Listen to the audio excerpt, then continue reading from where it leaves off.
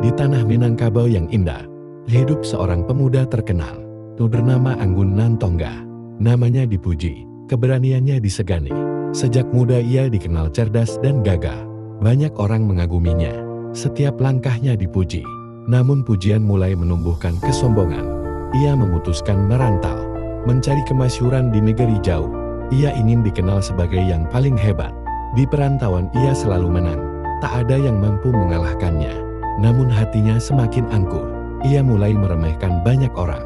Suatu hari ia bertemu perempuan baik hati. Perempuan itu mencintainya dengan tulus. Namun ia lebih memilih mengejar pujian dunia.